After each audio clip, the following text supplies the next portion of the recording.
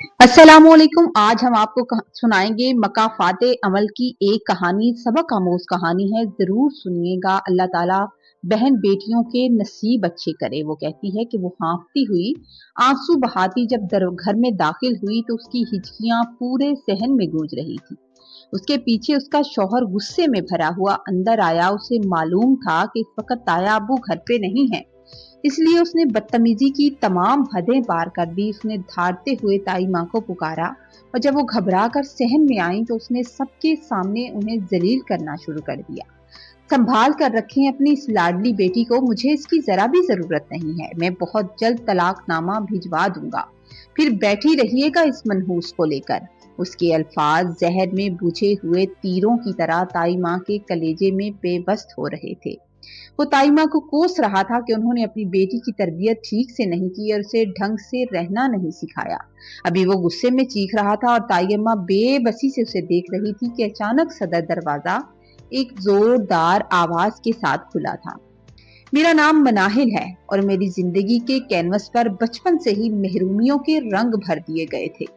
अभी मैंने जिंदगी को ठीक से समझा भी नहीं था कि मेरे सर से बाप का साया उठ गया और उसके साथ साथ वो छत भी छिन गई जिसे मैं अपना घर कहती थी। वालिद के इंतकाल के बाद मेरी माँ के पास सवाए अपने जेठ यानी मेरे ताया अब्बू के घर पनाह लेने के और कोई रास्ता नहीं था।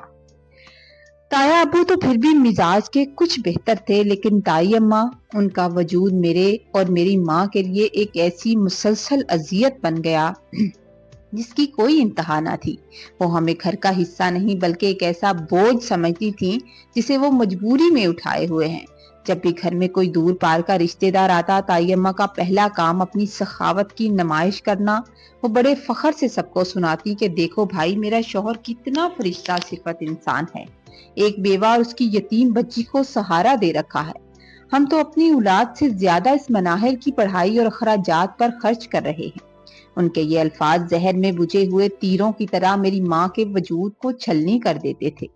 जो खामोशी से सर झुकाए ये सब सुनती रहती थी। ताई अम्मा का रवैया हर गुजरते दिन के साथ मजीद सख्त होता चला गया। अगर मैं कभी अपनी पसंद का कोई अच्छा जोड़ा खरीद लेती या कोई छोटी सी आराइशी चीज ले आती तो घर में जैसे तूफान आ जाता था। वो फौरन मेरी माँ को आड़े हाथों लेती और कोसना शुरू कर देती कि तुमने इस लड़की को बिल्कुल सर पे चढ़ा रखा है। इसे इतने महंगे कपड़ों की क्या जरूरत है? तुम अपनी बेटी की तरबियत ठीक से नहीं कर रही।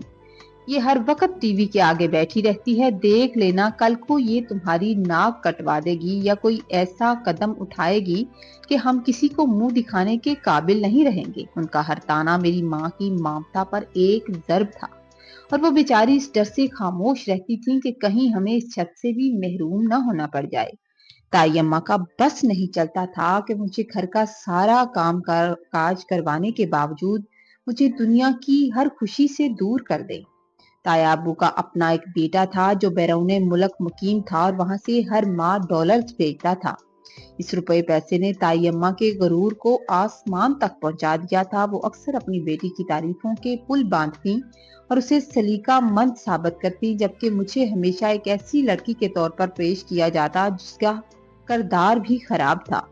एक बार जब मैंने कॉलेज की एक तकरीब के लिए अपनी माँ की पुरानी साड़ी को ठीक करवा कर पहना तो ताई अम्मा ने सबके सामने तमाशा खड़ा कर दिया कि देखो इसकी अदाएं, अभी से सजने संवर का शौक चढ़ा हुआ है। यही लक्षण रहे तो कल को किसी के साथ घर से भागकर हमारी सफेद पोशी का जनाजा निकाल देगी।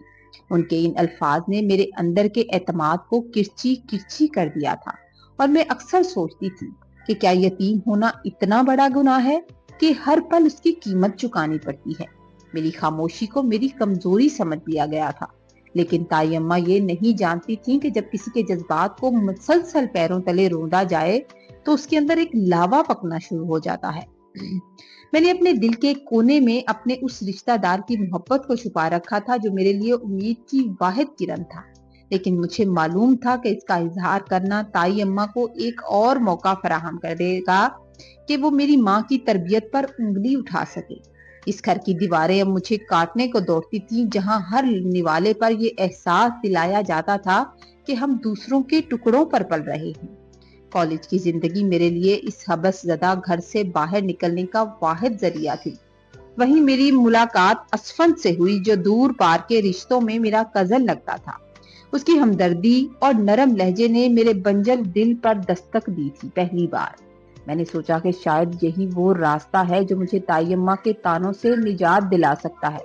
جب میں نے اپنی ماں سے اس کا ذکر کیا تو ان کے چہروں پر خوف کی ایک ایسی لہر دوڑی جو میں کبھی نہیں بھول سکتی۔ وہ میرے سامنے ہاتھ جوڑ کر رونے لگی۔ خدا کے لیے مناہل، ایسی باتیں زبان پر مت لاؤ۔ تمہارے سر پر باپ کا سایہ نہیں ہے، یہ لوگ ہمارا جینا حرام کر دیں گے۔ ہم ان کے ٹکڑوں پر پل رہے ہیں، ہمیں ان کی مرضی کے مطابق ہی جینا پڑے گا، ورنہ یہ ہمیں سڑک پر پھینک دیں گے۔ ماں کی بے بسی دیکھ کر میرا دل کٹ گیا تھا، لیکن میرے اندر کی بغاوت جاگ اٹھی تھی۔ میں نے روتے ہوئے بحث کی، ماں، تایا ابو کی بیٹی بھی تو اپنی مرضی کرتی ہے، وہ جو چاہے خریدتی ہے، جہاں دل چاہے جاتی ہے۔ کیا یتیم ہونے کا مطلب یہ ہے کہ میرا اپنی زندگی پر کوئی حق نہیں؟ میری ماں صرف آنسو بہاتی رہی، کیونکہ وہ جانتی تھی کہ اس گھر میں حقوق صرف صاحب حیثیت کے ہوتے ہیں۔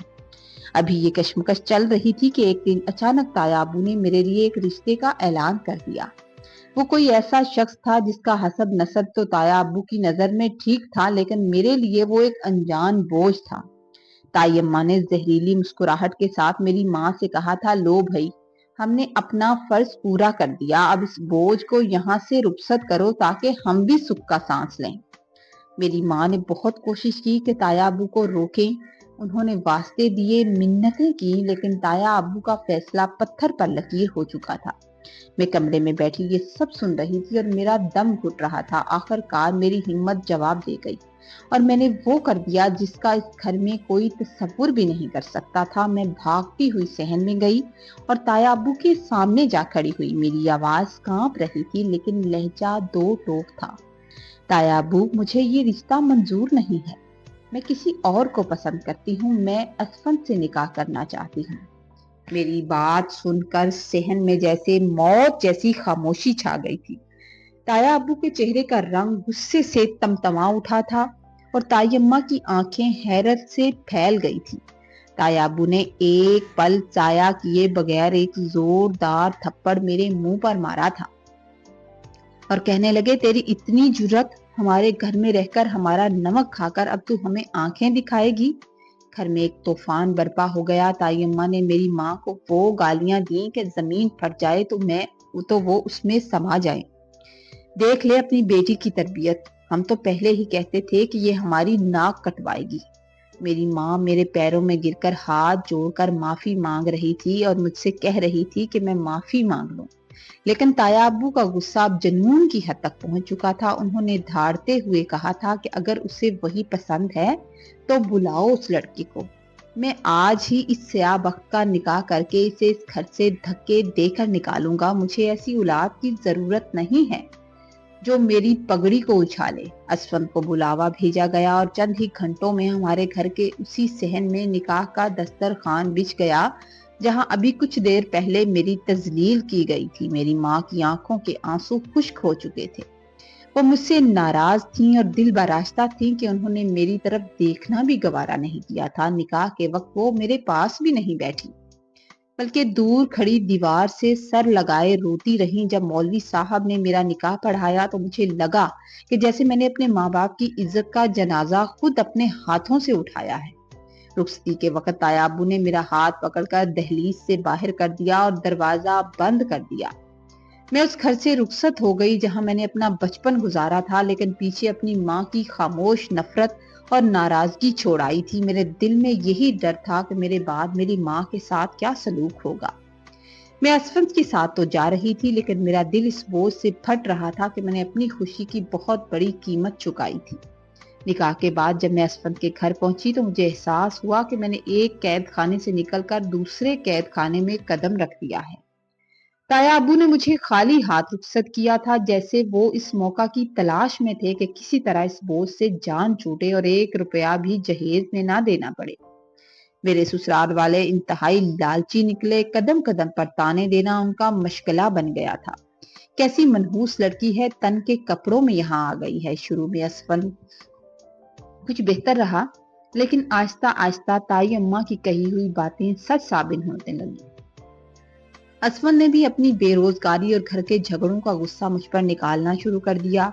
बात बात पर बदतमीजी और फिर मार पीट मेरा मुकद्दर बन गई। एक दिन जब उसने हद पार कर दी तो मैंने छुपकर पड़ोसन का मोबाइल लिया और कांपते हाथों से अपनी माँ को फोन किया। मैं फोन पर रोने लगी, माँ मुझे माफ कर दे, मैं बहुत दुख में हूँ, मुझे यहाँ से ले जाएं।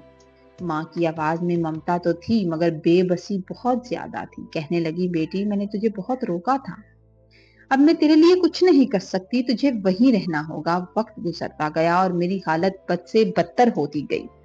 एक शाम असफन ने मुझे बेरहमी से बहुत मारा पीटा और मेरी सास ने जहर आलूद लहजे में कहा था कि जिस लड़की को उसके अपने ताया ने धुतकार दिया हम उसे क्यों संभालें, जो अपनी माँ की ना हुई वो हमारी क्या होगी। उस रात मुझसे मजीद बर्दाश्त नहीं हुआ और मैं अंधेरे का फायदा उठाकर वहां से भाग निकली थी। जब निढाल कदमों के साथ ताया अब्बू के घर पहुंची तो ताया अम्मा ने मुझे देखते ही तूफान खड़ा कर दिया कि लो आ गई अपनी मर्जी की शादी रचाकर, अब यहाँ क्यों आई हो? अभी तुम्हारे ताया अब्बू आते हैं, वो असफन को फोन करेंगे, वो आकर तुम्हें ले जाए।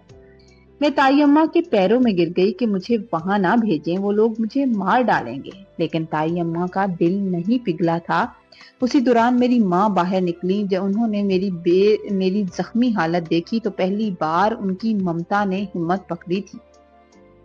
उन्होंने मुझे सीने से लगाया और ताई अम्मा के सामने खड़ी हो गई कि बस बहुत हो गया, अब मेरी बेटी कहीं नहीं जाएगी। ताया अब्बू जब घर आए तो उन्होंने बहुत हंगामा किया मगर मेरी माँ ने पहली बार हौसला दिखाया था और साफ कह दिया था कि वो अपनी बेटी को इस जहन्नम में दोबारा नहीं भेजेगी।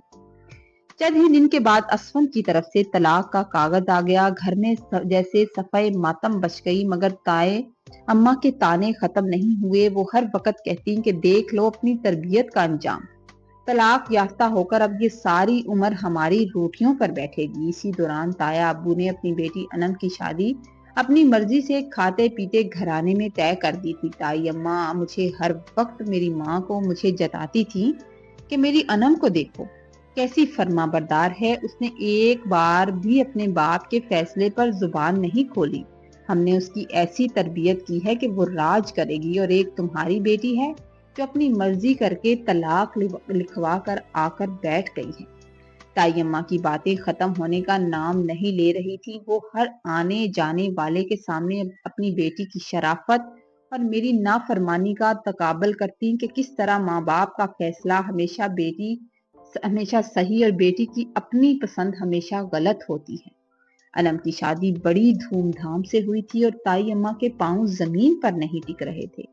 वो हर वक्त मुझे और मेरी माँ को नीचा दिखाने का कोई भी मौका हाथ से नहीं जाने देती थी। लेकिन शादी के सिर्फ कुछ ही दिन गुजरे थे कि घर की फजा बदलने लगी और ताया अब्बू और ताई अम्मा अक्सर सरगोशियों में बातें करने लगे और उनके चेहरों पर पहले जैसी रौनक नहीं रही थी। हमें महसूस हो रहा था कि कहीं ना कहीं कुछ गलत हो रहा है, लेकिन वो अपनी अना की खातिर हम सबसे छुपा रहे हैं। अनम फोन पर भी खुलकर बात नहीं करती थी, बस इतना मालूम होता था कि वो लोग किसी गहरी परेशानी में मुब्तला है। मगर ताई अम्मा अब भी बाहर वालों के सामने यही जताती थी कि उनकी बेटी राज कर रही है। एक शाम घर में अजीब सी खामोशी थी। ताया अब्बू अभी काम से नहीं लौटे थे। मैं और मेरी माँ सहन में बैठे थे कि अचानक बाहर शोर सुनाई दिया और अनम हाँफती हुई और आंसू बहाती हुई जब घर में दाखिल हुई तो उसकी हिचकियां पूरे सहन में गूंज रही थी। अनम का रो रो कर बुरा हाल था, उसके बाल बिखरे हुए थे, चेहरे पर खौफ के साए थे और उसके पीछे उसका शौहर गुस्से में भरा हुआ अंदर आया था। उसे मालूम था कि इस वक्त घर पे नहीं है, इसलिए उसने बदतमीजी की तमाम हदें पार कर दी। उसने धारते हुए ताई अम्मा को जोर से पुकारा था और जब वो घबरा कर सहन में आई तो उनके सामने ही उसने अपनी बीवी को जलील करना शुरू कर दिया था। कहने लगा, संभाल कर रखें अपनी इस लाडली बेटी को, मुझे इसकी जरा भी जरूरत नहीं है, मैं बहुत जल्द तलाकनामा भिजवा दूंगा, फिर बैठी रहिएगा इस मनहूस को लेकर। उसके लहजे में जहर में बुझे हुए तीरों की तरह ताईम्मा के कलेजे में पेवस्त हो रहे थे। वो ताईम्मा को कोस रहा था कि उन्होंने अपनी बेटी की तरबियत ठीक से नहीं की और उसे ढंग से रहना नहीं सिखाया। ताई अम्मा का रंग उड़ चुका था, उनके पास उस जिल्लत का कोई जवाब नहीं था। वो औरत जो कल तक मेरी माँ को तरबियत के ताने देती थी, आज खुद अपने फैसले के सामने बेबस खड़ी थी। अभी वो शख्स गुस्से में चीख ही रहा था और ताई अम्मा बेबसी से उसे देख रही थी कि अचानक सदर दरवाजा एक जोरदार आवाज के साथ खुला था और सामने ताया अब्बू खड़े थे। वो भी अंदर आए। ताया अब्बू ने जब अपनी बेटी को इस हाल में देखा और अपने दामाद की जबान से वो गलीज कलमात सुने तो उनका सारा गरूर मिट्टी में मिल गया। वो शख्स जो हमेशा कहता था कि बाप के फैसले कभी गलत नहीं होते, आज अपनी ही पसंद के हाथों अपनी बेटी की जिंदगी उजड़ते हुए देख रहा था। अनम रोते हुए अपने बाप के कदमों में गिर गई, जबकि उसका शोहर ताया अब्बू को भी खरी खरी सुनाकर वहां से चला गया था। उस दिन उस घर की दीवारों ने देखा कि जब बेटी का अपना फैसला गलत हो तो उसे गुनाह करार दिया जाता है, लेकिन जब बाप का फैसला गलत निकले तो उसे सिर्फ नसीब कहकर टाल दिया जाता है। ताई अम्मा की जबान को जैसे ताला लग गया था और मेरी माँ ने खामोशी से आगे बढ़कर अनम को सहारा दिया था, क्योंकि वो जानती थी कि टूटे हुए दिल का दुख क्या होता है। जब घर में अनम की वापसी का हंगामा जरा थमा और ताया अब्बू की सदमे की हालत में निढाल होकर बैठ गए तो आहिस्ता आहिस्ता तहों में छुपे वो राज खुलने लगे जिन्होंने इस हंसते बसते घर को आग लगाई थी। मालूम हुआ कि अनम भी यूनिवर्सिटी के दिनों में किसी को पसंद करती थी और शादी के बाद उसकी शौहर जैन को किसी तरह उन तमाम बातों का इल्म हो गया था। शक और गुस्से की इस लहर ने अनम की जिंदगी को पल भर में उजाड़ के रख दिया था। मैं दूर खड़ी ये सब देख रही थी और मुझे वो दिन याद आ रहे थे जब मैंने अपनी पसंद का इजहार किया था तो ताई अम्मा ने पूरे खानदान में मेरी रुसवाई का सामान किया था। उन्होंने हर रिश्ते के दार के सामने मेरे किरदार पर कीचड़ उछाला और मेरी माँ की तरबियत को सरेआम नीचा दिखाया था। आज वही आग जो उन्होंने हसद और गुस्से में मेरे दामन पर, मेरी माँ के दामन पर लगाई थी, वक्त के थप्पड़ों के साथ घूम फिर कर उनके अपने आंगन तक पहुंच चुकी थी और उनकी अपनी बेटी का दामन झुलस रहा था। अनम की ये हालत मुझसे देखी नहीं जा रही थी। उसकी खामोश चीखें मेरे दिल को चीर रही थी, क्योंकि मैं जानती थी कि एक औरत के लिए किरदार पर तोहमत का बोझ कितना भारी होता है। मैंने तहैया कर लिया था कि मैं उसे इस जहन्नम से निकालूंगी, चाहे उसके लिए मुझे अपनी इज्जत नफ्स को दांव पर ही क्यों न लगाना पड़े। मैं खामोशी से अनम के ससुराल पहुंची और जैन से मिलने की दरख्वास्त की थी। जब वो मेरे सामने बैठा तो मैंने हिम्मत जमा की और भराई हुई आवाज में कहा, जैन भाई, मैं वही बदकिस्मत लड़की हूँ जिसे इस घर में नाफरमान और बदकरदार का लेबल लगाकर निकाह के नाम पर धक्के देकर निकाला गया था, सिर्फ इसलिए कि मैंने अपनी पसंद बताई थी। आज वही सलूक आप अनम के साथ कर रहे हैं। हो सकता है शादी से पहले उसका दिल कहीं मायल रहा हो, लेकिन आज उसकी आंखों में ये बेबस आंसू गवाही दे रहे हैं कि वो आपके साथ मुखलिस है। याद रखें, हम दूसरों की बेटियों को जिस तराजू में तोलते हैं, कुदरत एक दिन हमारी अपनी बेटियों को भी उसी तराजू में लाकर खड़ा कर देती है। ये दुनिया की एक हकीकत है। मेरी बात सुनकर जैन के चेहरे पर हैरत और नदामत के बादल छाने लगे।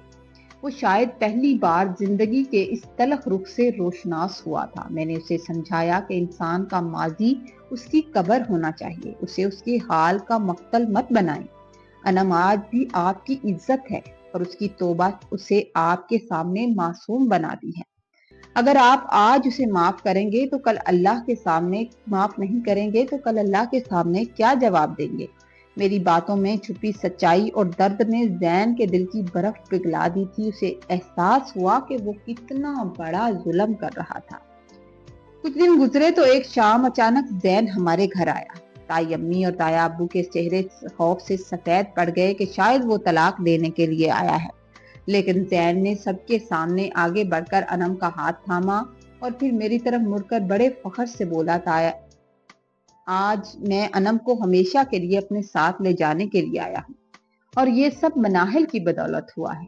उस लड़की ने मुझे एक बहुत बड़े गुनाह और पछतावे से बचा लिया है। आज से मनाहिल मेरी सगी बहन की तरह है और उसकी इज्जत की हिफाजत करना अब मेरा फर्ज है। ये सुनकर ताया अब्बू और ताई अम्मी की आंखें शर्म से झुक गई थी। उनके पास सर उठाने की हिम्मत नहीं थी। वो ताई अम्मी जो कभी मेरे साये से कतराती थी और मुझे मनहूस कहती थी, وہ بیٹی کے جانے کے بعد تڑپ کر میرے پاس آئیں اور زاروں کتار روتے ہوئے میرے پاؤں تک چھونے لگی۔ ان کے پاس کہنے کو الفاظ نہیں تھے، بس ایک گہرا پچھتاوا تھا۔ ایک گہرا پچھتاوا تھا جو ان کے آنسوؤں کی صورت میں بہہ رہا تھا۔ انہوں نے میرا ہاتھ پکڑ کر سب کے سامنے اعتراف کیا کہ مناہل مجھے معاف کر دو، میں نے تیرے دامن پر جو داغ لگائے تھے وہ میری اپنی بیٹی تک پہنچ گئے۔ تو نے میری بیٹی کا گھر بچا کر مجھے جیتے جی مار دیا ہے۔ میرا بیٹا دانیال اگلے ہفتے بیرون ملک سے واپس آ رہا ہے۔ میں نے اس سے وعدہ لے لیا ہے کہ میں تمہیں اپنی بہو بناؤں گی۔ میں تم جیسی پاک سیرت اور باہمت بیٹی کو اب اس گھر سے جانے نہیں دے سکتی۔ تم ہی اس اجڑے گھر کی اصل رونق اور اصل عزت ہو۔ میری ماں کی آنکھوں میں آج پہلی بار سکون کی چمک اتری تھی۔ ان کی برسوں کی خاموش باتیں اور میری سچائی رنگ لا چکی تھی۔ تایا ابو کے گھر کی وہ دیواریں جو کبھی مجھے بوجھ سمجھتی تھیں، آج میری عظمت کے گیت گا رہی تھی۔ دانیال کی واپسی اور ہمارے رشتے کی بات نے گھر کی فضا میں خوشی کی نئی لہر دوڑا دی تھی۔ میں نے سیکھ لیا تھا کہ جب آپ کسی کی بیٹی کے لیے آسانیاں پیدا کرتے ہیں تو اللہ آپ کے راستے کے کانٹے خود بخود ہٹا دیتا ہے۔ یہ کہانی صرف میری یا انم کی نہیں ہے، بلکہ ان تمام لوگوں کے لیے ایک سبق تھی جو دوسروں کی عزت اچھالتے وقت یہ بھول جاتے ہیں کہ مکافات عمل کا پہیہ بڑی بے رحمی سے گھومتا ہے اور حق ہمیشہ غالب آ کر رہتا ہے۔ سٹوری اگر آپ کو اچھی لگے تو آپ نے لائک ضرور کرنا ہے، کامنٹ میں ضرور بتانا ہے، اور چینل پر نئے ہیں تو پلیز چینل کو سبسکرائب کر دیجئے تاکہ ہماری ہر آنے والی سٹوری آپ تک پہنچے۔ خوش رہیے، آباد رہیے، اللہ حافظ۔